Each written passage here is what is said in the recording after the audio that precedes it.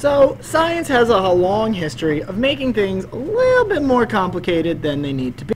I mean, yeah, balancing equations is kind of hard, but it's not as though only chemists can. And who knows, when we're done with this video, you may enjoy viewing it. So without further delay, here are some tips and tricks from 5 years of experience of balancing, well, like 10 years of experience of balancing chemical equations. Tip number 1, try to keep it together. And when I say it, I mean polyatomic ions. So let's say you have calcium nitrate and you react it with potassium carbonate. They're going to produce a solid calcium carbonate because that's insoluble, and potassium nitrate, which is highly soluble. Don't worry about the syntax, let's just balance the equation. If you were going to do the atom inventory for this reaction, it would look something like this. And you'd probably get something like this, and you'd go, oh my god, Coach L, you took something I'd understood and now I'm totally lost, you poop face. Proper use of the term poop face, I'd like to add.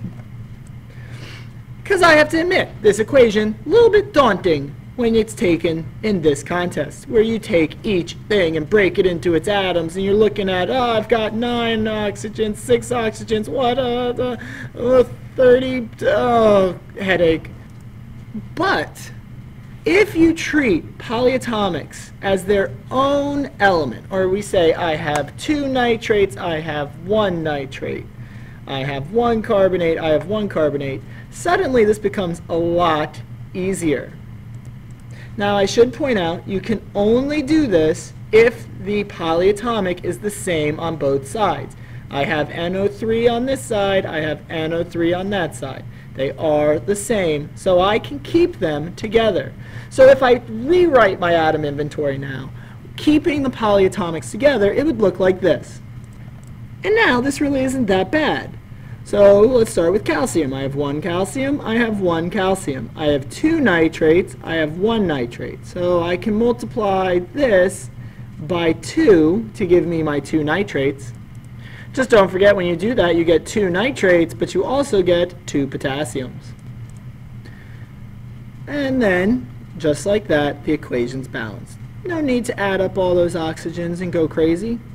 So, tip number 1, if you have the same polyatomics on both sides of the equation, keep them together. Muppet 2. If hydroxide is present anywhere in the equation, and water is on the opposite side, rewrite water as HOH, because this will allow you to keep track of the hydroxide. So we would rewrite water as HOH, and when we do our atom inventory, water would go as I have 1 hydrogen and 1 hydroxide. So let's see this in action. So if we were to take the atom inventory using the tricks from before, 1 lithium, 2 lithiums, 1 hydroxide, where did the hydroxide go? 1 hydrogen, 2 hydrogens, 1 hydrogen, 1 sulfate, and then oxygen we have, then you get confused. But if we keep in mind tip number 2, if we have water on this side and hydroxide on this side, we're going to get rid of that water and we're going to rewrite it as hydrogen hydroxide. Now our atom inventory is a little easier. So I have 1 lithium going to 2 lithiums. I'm going to need a 2 in front. That gives me 2 lithiums and 2 hydroxides, but now my hydroxides are out of whack, so let's fix that. That gives me 2 hydroxides and 2 hydrogens. And just like that, the equation is balanced. Number 3. The holy and almighty number 3. Save anything that's elemental for last. So for this I have the reaction of methane with oxygen, a combustion reaction, because oxygen is a reactant, and I have oxides that are products. If we were to balance this simply going straight forward, we would run into a problem because oxygen is going to be a little confusing. So rather than try to balance the oxygen, balance everything except for it. Since it's elemental, we'll save it for last. So let's balance just the carbons and then the hydrogens first. So I have 1 carbon, I have 1 carbon.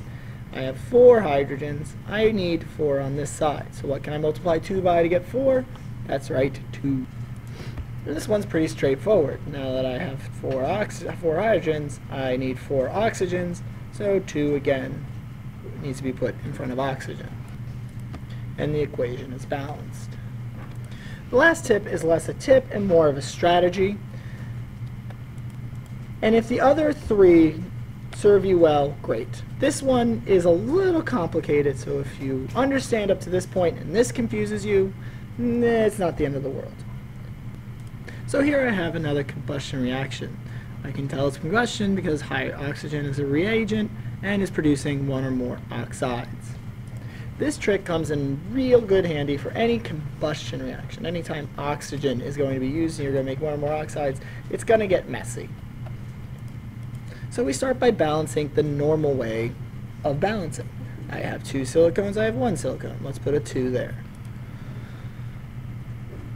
I have 3 hydrogens, I have 2 hydrogens. Well, I'm going to need to get lowest common factor is 6, so let's put a 3 in front of this one and a 2 in front of that. But that throws my silicone out of whack. I have 4 silicones on this side, so I need 4 on the opposite.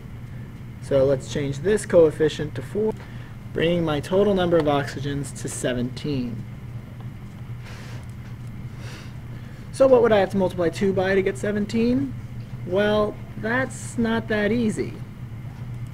You have to have whole number coefficients. You can't have a fractal coefficient. But if we were allowed to have a fractal coefficient, we would say we would need 17 halves, right? Because the 2's would cancel out, giving us 17 oxygens, and everything would be grand and golden.